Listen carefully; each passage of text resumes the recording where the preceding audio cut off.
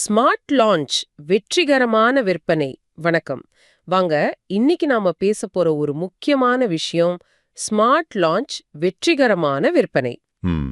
குறிப்பா ஸ்நாக்ஸ் நம்கீன் விற்பனையாளர்களுக்காகவே இந்த உரையாடல். யோசிச்சு பாருங்க, ஒரு சூப்பரான தயாரிப்பு, நல்ல பேக்கேஜிங், சரியான விலை எல்லாம் இருக்கு. ஆமா. ஆனா ஏன் சில பொருட்கள் மார்க்கெட்டை விட்டே காணாம போயிடுது? ஒருவேளை நாம நினைக்கிற காரணம் தவறா இருக்கலாம். நிச்சயமா. இத ஆழமா அலசுவோம். நான் ஒரு புள்ளி விவரத்தோட ஆரம்பிக்கிறேன். மொத்த விற்பனையில 80% வருமானம் வெறும் 20% பொருட்கள்ல இருந்து தான் வருது. இது ஏன் இவ்ளோ முக்கியமான ஒரு விஷயம்? இதுதான் கலை யதார்த்தம். பெரும்பாலான சேல்ஸ்மென் என்ன பண்ணுவாங்கன்னா, அந்த வேகமா விக்கிற 20% பொருளையே தான் திரும்ப திரும்ப விற்பாங்க. ஏன்னா அது சுலபம். கரெக்ட். அது சுலபம், பாதுகாப்பானது. ஆனா மீதி இருக்கிற 80% பொருட்கள், அதுல பல புதுசா அறிமுகமான பொருட்களும் அடங்கும். அதெல்லாம் கடைகளுக்கு சரியா போய் சேர்றதில்ல. இங்கதான் நாம ஒரு அடிப்படை உண்மையை புரிஞ்சுக்கணும். பொருட்கள் தானாக விற்பதில்லை, அவை விற்கப்படுகின்றன. ஓ. ஒரு பொருள் குடோன்ல இருந்து கடைக்கு, கடையிலிருந்து வாடிக்கையாளருக்கு போகணும்னா அதுக்கு ஒரு உந்து சக்தி தேவை. அந்த சக்தி தான் விற்பனை முயற்சி. சரி, இந்த விற்பனை முயற்சியில நடக்கிற ஒரு பொதுவான தப்ப புரிஞ்சுக்க நீங்க சொன்ன அந்த சுரேஷ்ங்கிற சேல்ஸ்மேன் கதையை எடுத்துக்கலாமா? ஆமா, நிச்சயமா.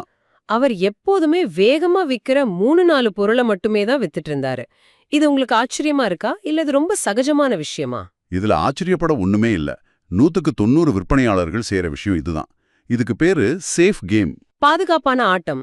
ஆனா நிறுவனத்தோட வளர்ச்சிக்கு இது அவ்வளோ நல்லதில்ல. சுரேஷோட கதையில ஒரு நாள் அவரோட மேனேஜர் ஒரு கேள்வி கேட்டார். என்ன கேட்டார்? சுரேஷ், இந்த மாசம் புதுசா அறிமுகமான பொருளை எத்தனை கடைக்காரர்கிட்ட காட்டினீங்கன்னு கேட்டார். சுரேஷ் கிட்ட பதில் இல்ல. ஏன் அவர் காட்டவே இல்ல. அப்போ அந்த மேனேஜர் சொன்ன ஒரு விஷயம், அது ஒரு சங்கிலி தொடர் விதி மாதிரி இருந்துச்சு. ஆமா, ரொம்ப சரியா சொன்னீங்க. அவர் சொன்னது இதுதான்.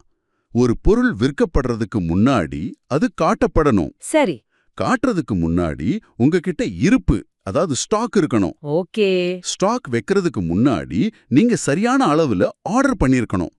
இது ஒரு சிம்பிளான chain. Order, stock, show, sale.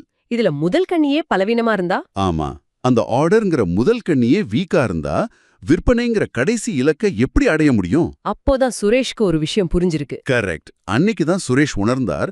அவர் இவ்வளவு நாளா பொது பொருள் விக்கல, அது ஒரு வீக்கான ப்ராடக்ட்னு நினைச்சிட்டு இருந்தாரு. ஆனா உண்மை என்னன்னா, பிரச்சனை பொருள் மேல இல்ல, அது அவர் கொண்டு போய் சேர்த்த விதத்துல தான் இருந்திருக்கு. சரியா சொன்னீங்க. அறிமுகம் தான் பலவீனமா இருந்திருக்கு. ஒரு நிமிஷம், நீங்க சொல்றது கொஞ்சம் ஆழமான விஷயம். அப்போ ஒரு பொருள் ஒரு பகுதியில நல்லா விக்குது, ஆனா இன்னொரு பகுதியில தோல்வி அடைறதுன்னா அதுக்கு இதுதான் காரணமா? நிச்சயமா. உதாரணத்துக்கு, கோயம்புத்தூர்ல ஒரு ஸ்நாக்ஸ் வகை சூப்பரா விக்கும். ஆனா மதுரையில அதே ஸ்நாக்ஸ் நகரவே நகராது. இது மக்கள் டேஸ்ட் பிரச்சனைன்னு தானே நம்ம நினைப்போம். இது ஒரு அருமையான கேள்வி. எல்லாரும் நினைக்கிற மாதிரி இது 100% மக்களின் ரசனை சம்பந்தப்பட்ட பிரச்சனை இல்ல. யோசிச்சு பாருங்க, விற்பனை அதிகமா இருக்கிற கோயம்புத்தூர்ல என்ன நடந்திருக்கும்?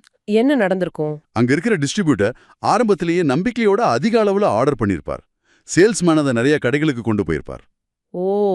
பொருள் நிறைய கடையில இருந்ததால நிறைய பேர் அதை வாங்கியிருப்பாங்க. அதனால திரும்ப திரும்ப ஆர்டர் வந்திருக்கும். இது ஒரு பாசிட்டிவ் சைக்கிள். அப்படியானால் மதுரையில இதுக்கு நேர்மாறா ஒரு நெகட்டிவ் சைக்கிள் நடந்திருக்கு. கரெக்ட். குறைஞ்ச ஆர்டர், குறைஞ்ச கடைகள், குறைஞ்ச வாடிக்கையாளர்கள். அதனால பொருளுக்கு வரவேற்பு இல்லைன்னு ஒரு தப்பான முடிவு. ஆக தயாரிப்பு பலவீனமா இல்ல, அறிமுகம் தான் பலவீனமா இருந்துச்சு. மிகச்சரியா சொன்னீங்க. இதுதான் விஷயமே. இது ஒரு பெரிய ஆஹா தருணம். சரி, அறிமுகம் தான் முக்கியம்னு புரிஞ்சுடுச்சு. ஆனா அதுக்கு தடையே டிஸ்ட்ரிபியூட்டர் தானே. முதல்ல கொஞ்சமா ஆர்டர் போடுவோம், பார்த்துட்டு அப்புறம் வாங்கிக்கலாம்னு அவர் சொன்னா என்ன பண்றது? இதுக்கு ஒரு 3 வழிகள் இருக்கு. முதல் வழி டேட்டா, அதாவது புள்ளி விவரம். டேட்டாவா? ஆமா. சும்மா சார் இது நல்லா போகும்னு சொல்றதை விட, சார் பக்கத்து ஏரியாவுல முதல் வாரத்திலேயே 50 பாக்ஸ் வித்திருக்கு, நம்ம போட்டி கம்பெனியை விட இது 10% விலை கம்மின்னு நம்பர்ஸோட பேசணும். ஒரு வெற்றி பெற்ற கதையை சொல்லும்போது அவரோட தயக்கம் குறையும். சரி, டேட்டா வேலை செய்யலனா? ரெண்டாவது வழி, இதை ஒரு பார்ட்னர்ஷிப் மாதிரி அணுகிறது. சார், இந்த பொருளை நாம 2 பேரும் சேர்ந்து ஜெயிக்க வைக்கணும். எங்க கம்பெனி டிவியில விளம்பரம் தராங்க, இந்த வாய்ப்பை நம்ம சரியா பயன்படுத்திக்கணும்னா ஆரம்ப ஸ்டாக் கரெக்டா இருக்கணும்னு பேசணும்.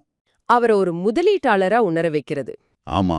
மூன்றாவது வழி, அவரோட ரிஸ்க குறைக்கிறது. சரி சார், 100 பெட்டி வேண்டாம், ஒரு 40 பெட்டியாவது வாங்குவோம். உங்க ஏரியாவுல இருக்கிற டாப் 30 ஏ கிளாஸ் கடைகளை மட்டும் குறிவைப்போம். எல்லா கடைக்கும் அரைகுறையா கொடுக்கறத விட முக்கியமான கடைகளுக்கு முழுசா கொடுப்போம்னு ஒரு தெளிவான திட்டத்தை கொடுக்கணும்.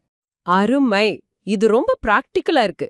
சரி, டிஸ்ட்ரிபியூட்டரா சம்மதம் வச்சிட்டோம். பொருள் நம்ம கையில இருக்கு. கடைக்கு போறோம். கடைக்காரர் ஏன் நம்ம புது பொருளை வாங்கணும்? அங்கதான் பெரிய போட்டியே இருக்கே. இங்கதான் சேல்ஸ்மேனோட திறமையே இருக்கு.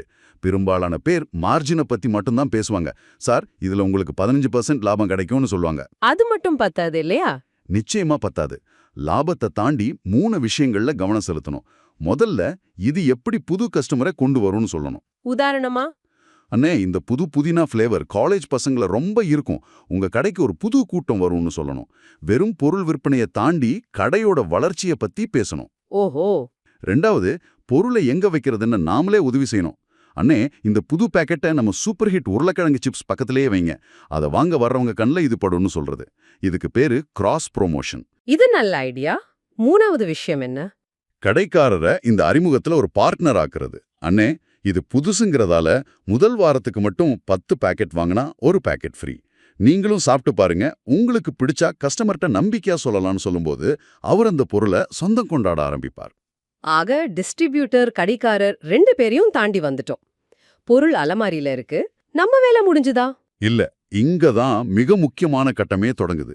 அறிமுகங்கிறது ஒரு நாள் வேலை இல்ல, அது ஒரு தொடர் செயல்முறை. முதல் 30 நாட்கள் ரொம்ப ரொம்ப முக்கியம். அப்போ என்ன பண்ணணும்? நாம வெறும் சேல்ஸை மட்டும் பார்க்கக்கூடாது. ரீஆர்டர், அதாவது மறு ஆர்டர்களை கண்காணிக்கணும். 30 கடையில பொருள் வச்சிருந்தா அதுல எத்தனை கடைகள் ஒரு வாரத்துக்குள்ள திரும்ப ஆர்டர் பண்ணாங்க, அதுதான் உண்மையான வெற்றி. ரீஆர்டர் வரலைனா பொருள் ஃபெயிலியர்னு அர்த்தமா? உடனடியா அப்படி முடிவு பண்ணக்கூடாது. அங்கதான் நம்ம அடுத்த வேலை இருக்கு. அந்த கடைக்கு போய், அண்ணே, பொருள் எப்படி போகுது, கஸ்டமர்ஸ் என்ன சொன்னாங்கன்னு உண்மையான ஃபீட்பேக் கேட்கணும். இந்த தகவல் கம்பெனிக்கு தங்கம் மாதிரி. எங்க கம்பெனில இன்னைக்கு நம்பர் 1 பிராண்டா இருக்கிற ஒரு மிட்டாய் 10 வருஷம் முன்னாடி யாருமே வாங்கல.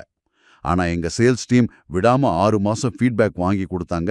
கம்பெனி சுவையில ஒரு சின்ன மாற்றம் பண்ணாங்க. இன்னைக்கு அதுதான் ஹீரோ. வாவ். அப்போ சேல்ஸ்மேனுங்கிறவர் வெறும் பொருள் விக்கிறவர் மட்டும் இல்ல, அவர் ஒரு மார்க்கெட் ரிசர்ச்சர் கூட. சரி, இது எல்லாத்தையும் சேர்த்து பார்க்கும்போது ஒரு சேல்ஸ்மேனுக்கான வெற்றி சூத்திரம்னு எதை சொல்வீங்க? ஒரு எளிமையான சூத்திரம் இருக்கு.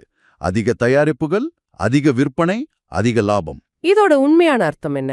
இது சும்மா உங்க பேக்ல இருக்கிற எல்லா பொருளையும் காட்டுறது மட்டும் இல்ல, ஒவ்வொரு பொருளுக்கும் ஒரு சரியான அறிமுகத்தை கொடுக்கறது. இத ஒரு விவசாயம் மாதிரி பாருங்க. விதை எவ்ளோ நல்லா இருந்தாலும் சரியான இடத்துல சரியான ஆழத்துல நட்டு தண்ணி ஊத்தலனா அது முளைக்காது. நாம பல சமயம் விதைய குறை சொல்றோம், ஆனா விவசாயம் பண்ற முறைய பாக்குறது இல்ல. அருமையான உதாரணம். ஆமா, நீங்க உங்க கம்பெனியோட எல்லா தயாரிப்புகளையும் சரியா அறிமுகப்படுத்த முயற்சிக்கும் போது நீங்க ஒரு சந்தையை உருவாக்குறீங்க. கடைக்காரருக்கு உங்க கம்பெனி மேல நம்பிக்கை வளரும். இது நீண்டகால வெற்றிக்கு வழிவகுக்கும். இறுதியா இந்த உரையாடலிலிருந்து ஒரு விஷயத்தை நாம ஆழமா மனசுல பதிய வச்சுக்கணும். அது என்னன்னா, பொருட்கள் தானாக நகர்வதில்லை, அவை நகர்த்தப்படுகின்றன. ஒவ்வொரு இயக்கமும் முழுமையான மற்றும் சரியான அறிமுகத்துடன் தொடங்குகிறது. அப்போ விற்பனையாளர்களுக்கான கடைசி ஒருவரி மந்திரம் என்ன? நீங்கள் எவ்வளவு சிறப்பாக அறிமுகப்படுத்துகிறீர்களோ அவ்வளவு சிறப்பாக விற்கிறீர்கள். உங்க அறிமுகம் அரைக்குறையா இருந்தா உங்க விற்பனையும் அரைக்குறையா தான் இருக்கும். உங்க அறிமுகம் முழுமையா திட்டமிட்டு இருந்தா உங்க விற்பனை அபரிமிதமா இருக்கும். இந்த உரையாடலோட நீதி என்னன்னா, வெற்றிங்கிறது அதிர்ஷ்டவசமா ஒரு நல்ல பொருளை தேர்ந்தெடுக்கிறது மட்டும் இல்ல. ஆமா, வெற்றிங்கிறது நம்மகிட்ட இருக்கிற ஒவ்வொரு பொருளுக்கும் ஜெயிக்கிறதுக்கான ஒரு சரியான வாய்ப்பை உருவாக்குறது. இந்த உரையாடலுக்கு பிறகு உங்க சேல்ஸ் பேக்ல இருக்கிற ஆனா நீங்க இன்னும் சரியா அறிமுகப்படுத்தாத அந்த புது ப்ராடக்ட்ட பத்தி என்ன நினைக்கிறீங்க? இது விற்காதுன்னு நீங்களே ஓரம் கட்டி வச்சிருக்கிற பொருளை பத்தி யோசிங்க. ஒருவேளை அது பலவீனமான தயாரிப்பு இல்ல, அது ஒரு பலவீனமான அறிமுகத்துக்காக காத்திருக்கிற பொருளா இருக்கலாம். அதுக்கு தேவையான சரியான அறிமுகத்தை நீங்க கொடுத்தா அது உங்களை ஆச்சரியப்படுத்தலாம். ஒருவேளை அதுதான் உங்களுடைய அடுத்த ஹீரோ ப்ராடக்டாக இருக்கலாம். அதை பற்றி யோசியுங்கள்.